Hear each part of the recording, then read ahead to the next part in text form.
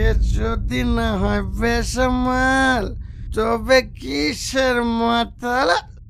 ঢাল রে গলায়, আরো একটু ঢাল। হ্যাঁ, কি বাজলো রে ভাই? আরে কে রে?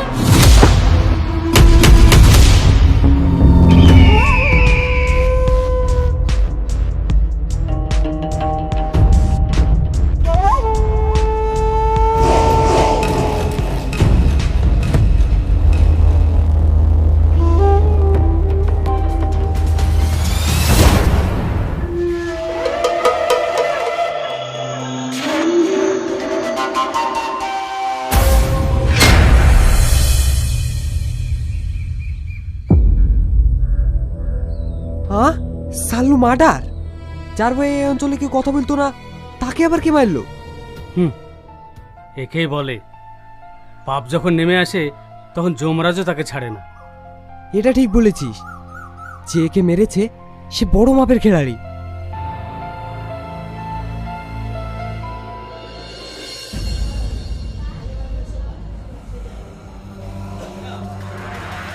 বাহ, তোমাকে দেখতে তো খুব সুন্দর লাগছে। গাল দুটো যেন একদম কমলা লেবু। কি বলিস তোরা? আমার কিন্তু এটাকে ভীষণ পছন্দ। এ কি করছেন আপনারা? ছাড়েন বলছি। অসভ্য, নির্লজ্জ। তুমি মেয়ে হতে পারো, কিন্তু তোমার হাতে ভীষণ জোর আছে। খুব জোর না? খুব জোর।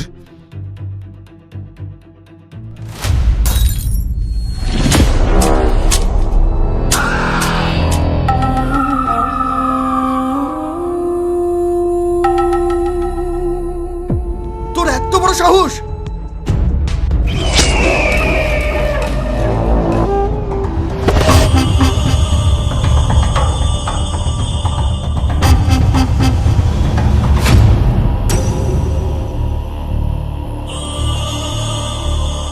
আমাদেরকে বাঁচানোর জন্য অনেক ধন্যবাদ। ওরা ভীষণ খারাপ লোক। আমি জানি। আপনাকে তো এর আগে কখনো দেখিনি। কোথায় থাকেন আপনি? আমার কোনো ঠিকানা নেই। আপনার হাতটা তো কেটে গেছে। কাটুক, এতে কোনো সমস্যা নেই। সমস্যা নেই বললেই হবে। আপনার হাতটা ব্যান্ডেজ করতে হবে। আমি একজন ডক্টর, পাশেই আমার বাড়ি।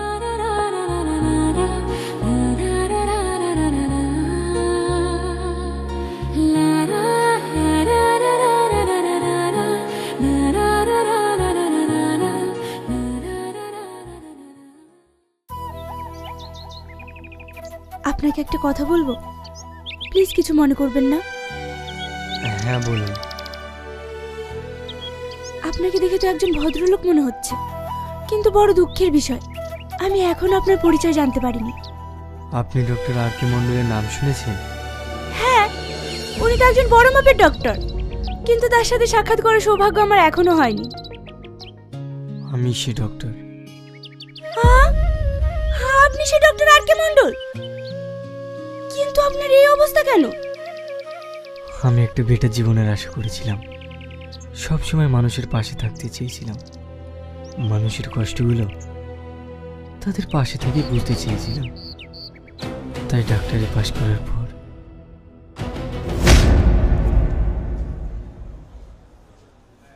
এখন কেমন আছেন? এখন একটু ভালো আছে। এই ওষুধগুলো চলুক, আশা করি কমে যাবে।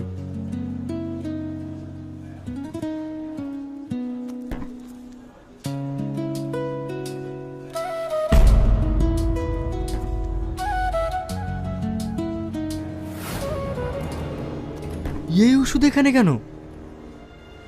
স্যার, হসপিটালে তো এই মেডিসিনই চলে। কি? এইসব ওষুধ খেলে তো আরো ক্ষতি হবে।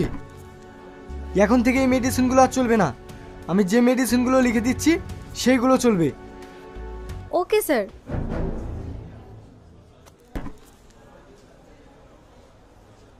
এসব কি চলছে? এসব মেডিসিন খেলে তো পেশেন্ট আরো অসুস্থ হয়ে পড়বে। স্যার, প্রতিটা হসপিটালে এখন একই অবস্থা। সরকার থেকে যেসব মেডিসিনগুলো দেয় সেইগুলো আমাদের কাছে এসে পৌঁছায় না।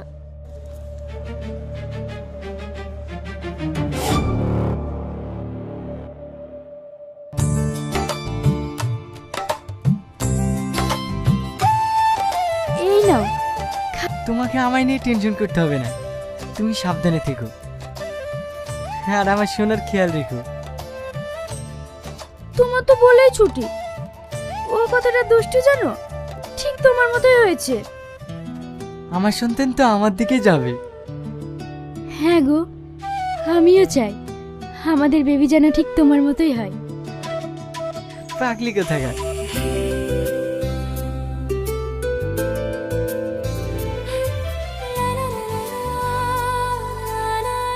ঠিক আছে, আমি আসছি। একটু তাড়াতাড়ি এসো, আমার আবার ভয় করে। ঠিক আছে বাবা, ঠিক আছে।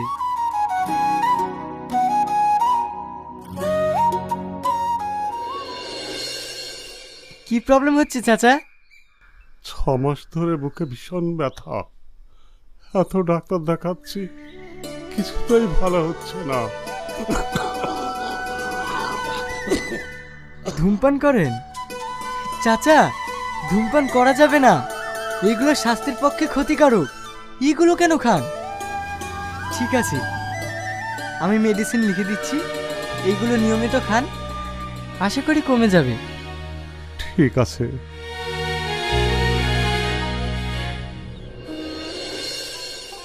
কি খবর মা, এখন কেমন আছেন? আগের থেকে অনেক ভালো আছি। তোমার কাছকার ওষুধ খাওয়ার পর এখন অনেকটা সুস্থ আছি। আচ্ছা ঠিক আছে।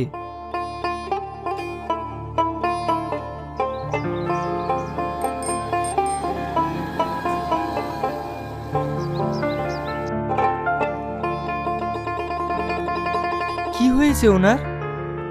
আব্বু শ্বাসকষ্টের সমস্যা, অনেক ডাক্তার দেখিয়েছি, এই সব রিপোর্টগুলো করতে দিয়েছিল, তাও কমছে না। দেখি রিপোর্টগুলো।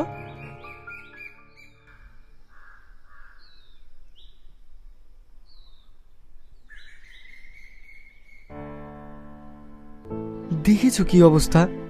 এসব রিপোর্টের পিছনে খরচ করবে না ওষুধ কিনবে? দিন দিন আমরা ডাক্তাররা যে কতটা নিচে নামছি সেটা এদের দেখলেই বোঝা যায়। আমরা এদের বাঁচানোর দায়িত্ব নিয়ে এদের তিলে তিলে শেষ করে দিচ্ছি।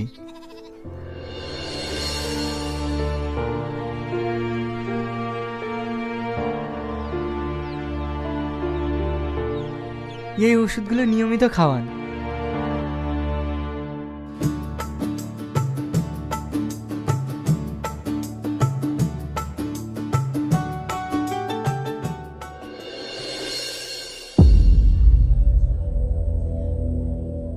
এই যে আমাদের গরিবের দেবতা। কি বলছেন এসব?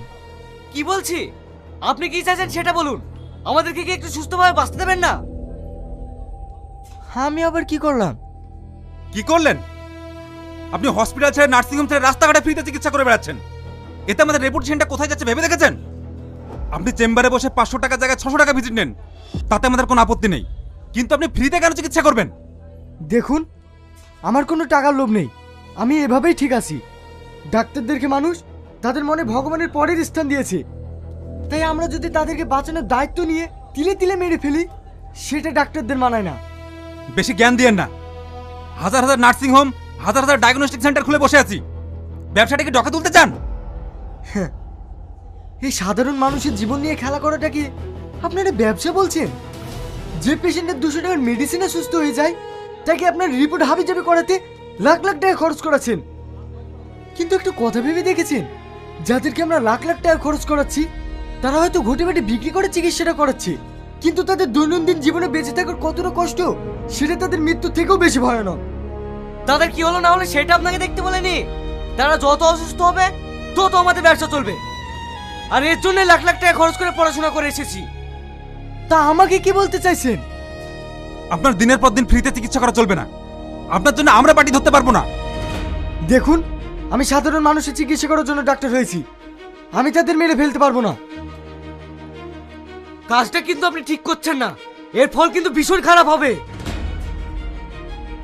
দেখুন, ওর সাথে থেকে থেকে আমি যেটা দেখেছি, ও মানুষের চোখে ভগবান সেজে গিয়েছে। তাই ওকে আটকাতে হলে এভাবে না, অন্য কৌশলে আটকাতে হবে।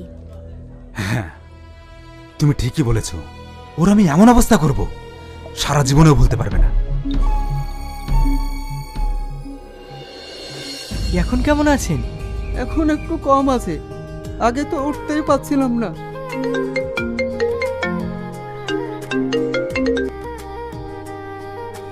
হ্যালো, আমার ভীষণ পেন হচ্ছে, আমি হসপিটালে চলে এসেছি। তুমি এমার্জেন্সি রুমে যাও, আমি এক্ষুনি আসছি।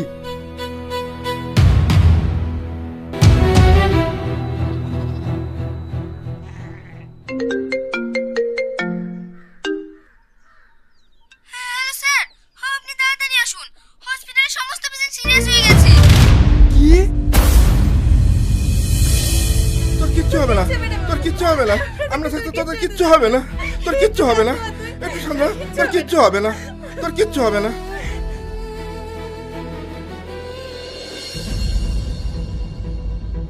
এই ডাক্তার, আমার ছেলে যদি কিছু হয় তোদের কাউকে ছাড়বো না, হসপিটালে আগুন ধরিয়ে দেবো বলে দিলাম। দেখুন, আপনি একটু শান্ত হন। আরে আরে এ কি করছেন দাদা? আপনি শান্ত হন, আমি বুঝতে পারছি আপনার ব্যাপারটা। আরে ছাড়ুন ছাড়ুন দাদা, শান্ত হন একটু। আপনি একটু শান্ত হওয়ার চেষ্টা করুন, আমরা আপনার অবস্থাটা বুঝতে পারছি।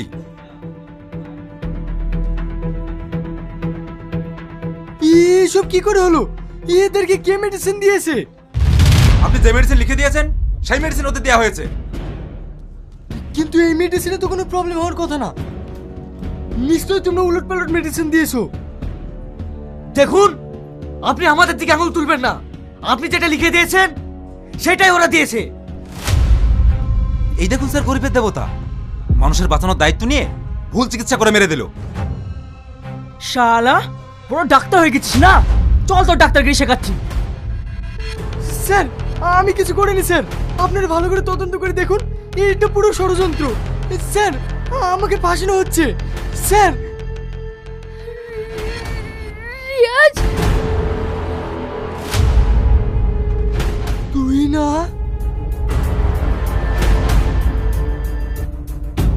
তোমার কিছু হবে না, তোমার কিছু হবে না, আমি তোমার কিছু হতে দেবো না। স্যার, এটা আমার ওয়াইফ প্রেগনেন্ট। তোর কোনো কথা শুনবো না, চল।